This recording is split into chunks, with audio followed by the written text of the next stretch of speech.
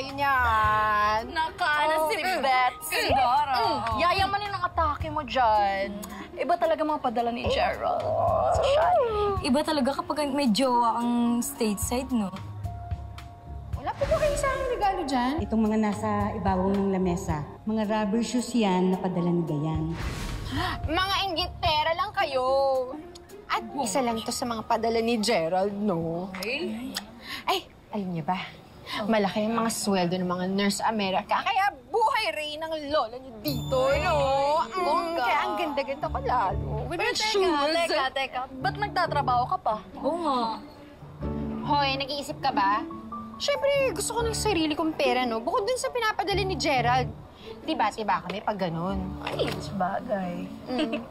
Eh di, magpapa-fiesta ka na niyan sa birthday mo. Ay, Uy, join mo kami, ha? Of course! Diba, ipapasarado ko itong buong kali. Yan at yan. Bongga! Invited kayo lahat. Pati mga jowa. Ang jowa ninyo. Gusto ko! Sana all may jowang nurse sa Amerika. Sana all talaga. Ako lang yun. At wala kayo nun. Ikaw na Ako talaga. lang. Tama. Okay, samahan niyo ako bukas sa shopping tayo, ah. Libre mo? Sabihan ko si Chiki. Sus, yun lang pala. Siyempre! Hindi. Sasamahan niyo lang ako bumili ng damit ko para sa birthday ko kasi nagpadala na ng pera si Gerald, di ba? Sinabi ko na yan. O basta doon tayo sa bagong tiyagya. Madaming magandang damit doon. Betsy! Ay, Alinora! Buti naabutan kita rito. Si Gerald kasi kausap ko kanina lang. Sabi niya kunin ko daw sa'yo yung pinadala niyang pampacheck up ko. Ah, naku, Alinora, kasi pag ganun, medyo natatagalan po talaga pag galing sa ibang bansa yung pera. Hindi pa po dumadating. Ay siya, dali mo na lang pala sa bahay pag nandyan na, ano? Sige po. Kasi kailangan ko na magpa-check up. Kabilin-bilinan yun ni Gerald. Ha? Sige po. Dalhin ko na lang. Salamat ha. Sige po.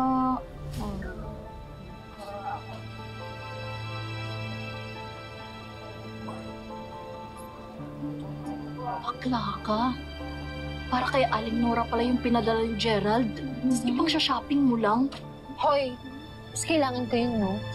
Hindi mo siya mukhang may sakit, no? Basta quiet lang kayo, ah. Ililibre ko nga kayo. Si Bobby ko na ililibre ko kayo. Sige. Siya maingay dyan. Time lang po. Medyo. Dito, di ba? Pagka dyan. Ay, alam niyo, pwede tayong mag-bar mamaya. Paano naman, ano? Mag-iba akong mga damit. Naku, Betsy. Paano kung malaman ni Aling Nora na ginastos mo yung pera niya para sa OOTD mo? Hindi naman niya malalaman kung hindi niyo sasabihin. Bakla ka. Magtataka talaga yun kung nasa na yung mga padala ni Gerald sa kanya. Kaya nga. Tsaka sigurado akong tatawag yun sa jowa mo at mag-i-explore kung nasa na yung datum niya. For sure. Paano yan pag magtanong si Gerald sa'yo? Teka, may naisip ako. Pero, kailangan ko ng matinding acting skills dito. Wait lang kayo dyan. Quiet lang kayo dyan, Han. Tignan niyo kung paano ako magpaandan.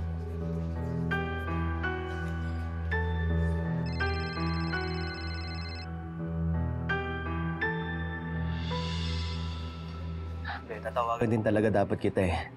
May problema kasi tayo. I'm sorry! I'm sorry, may kasalanan ako sa'yo. Yung perang padala mo sa nanay mo. Sorry, be! Na-hold up ako, be!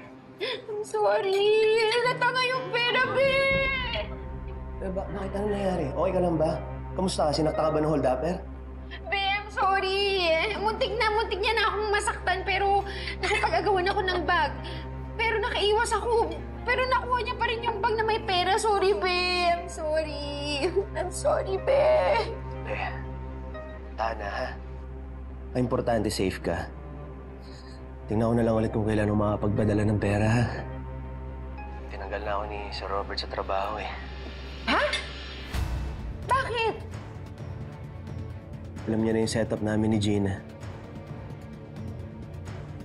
Narinig niya na pinakasalan ko lang si Gina dahil sa green card. Ano? Ben naman! Ano nang mangyayari? Ipapadeport ka ba niya? Ben, hindi ka pwedeng umalis dyan! Ben, hindi ka pwedeng bumalik dito na mas mahirap pa sa daga! Huwag mo naman ako pagalitan. Namang problema na nga ako, di ba? Teka, alam ba niya na may girlfriend ka dito sa Pinas? Hindi. Buti naman hindi mo pinarinig.